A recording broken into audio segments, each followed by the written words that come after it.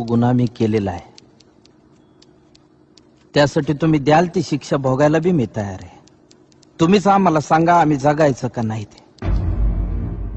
सरकार शेपूट हलवून हलवून म्हैस दमती पण पाठीवरचा कावळा उडत नाही, तसा आत्महत्येचा विचार आमची पाठ सोडित नाही. कोरड्या बळावानी कपाळ असणाऱ्या बायका, बिनबापाची लेकरं असल्यासारखी माळावर फिरणारी जनावर, हे सारं गावाला नजर लागली म्हणून नाही झालं सरकार. गावाकडं कुणाचीच नजर गेली नाही म्हणून झालं. शिकलो नसतो तर किती सुखात राहिलो असतो. अन्यायाची जाणीवच झाली नसती. देवाचा कोप झाला असं समजून बसलो असतो अंधारात तुमच्या लाल दिव्याला हात जोडीत. गोचिडासारखे चिटकून बसले सातबाऱ्याला सावकार आणि बुजगावण्यासारखं उभं आहे सरकार. आभाळ वाटतंय सावत राहीवर, दुष्काळाचं कुरूप ठणकत चाललंय आणि शेतकऱ्यांसाठी कोंडवाडे बांधायचं ठरवून सरकार शांत झोपी गेलंय. देश महासत्ता होण्याचे स्वप्न बघण्यासाठी. खिचडीसाठी शाळेत जाणाऱ्या पोरानं चोरून आणलेले 2 घास खाताना त्याच्या बापाला अभिमान वाटावा पोराचा का स्वतःच्या जगण्याची लाज.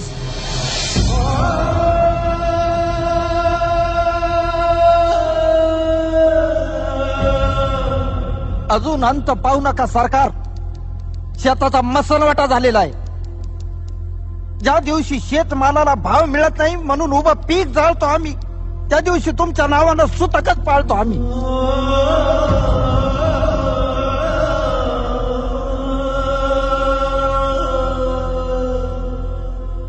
आता तरी विचार करा, नाहीतर 1 किलो गव्हासाठी तुम्ही 1 दिवस देश गहाण ठेवलेला असत. त्या दिवशी ध्यान देऊन बघा, माझ्या पिंडाला कावळा शिवलेला असत.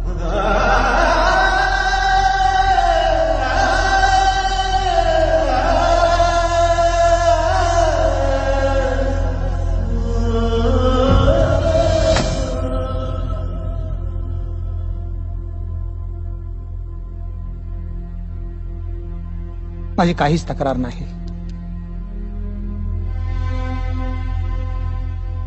पिकवणाराच उपाशी आहे. भूक माणसाला काहीही करायला लावेल.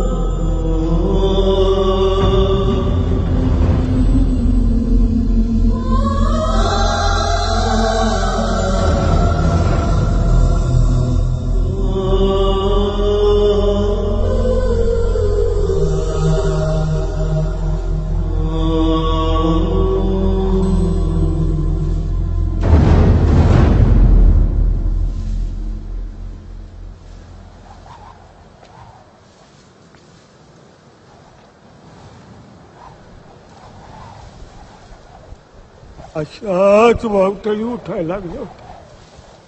पाखरांचा आवाज बंद झाला होता. सगळीकडे चिडीचाप झालं होतं. सावध राहा रे, या टायमाला नक्की भूकंप होणार. आत्महत्या आणि हिंसा हे कुठल्याही प्रश्नाचं उत्तर नाही. समाज व प्रस्थापितांनी आणि प्रामुख्यानं शासनानं शेतकऱ्यांचं दुःख समजून घ्यावं व माणूस म्हणून त्यांचं जगणं मान्य करावं, ही माफक अपेक्षा.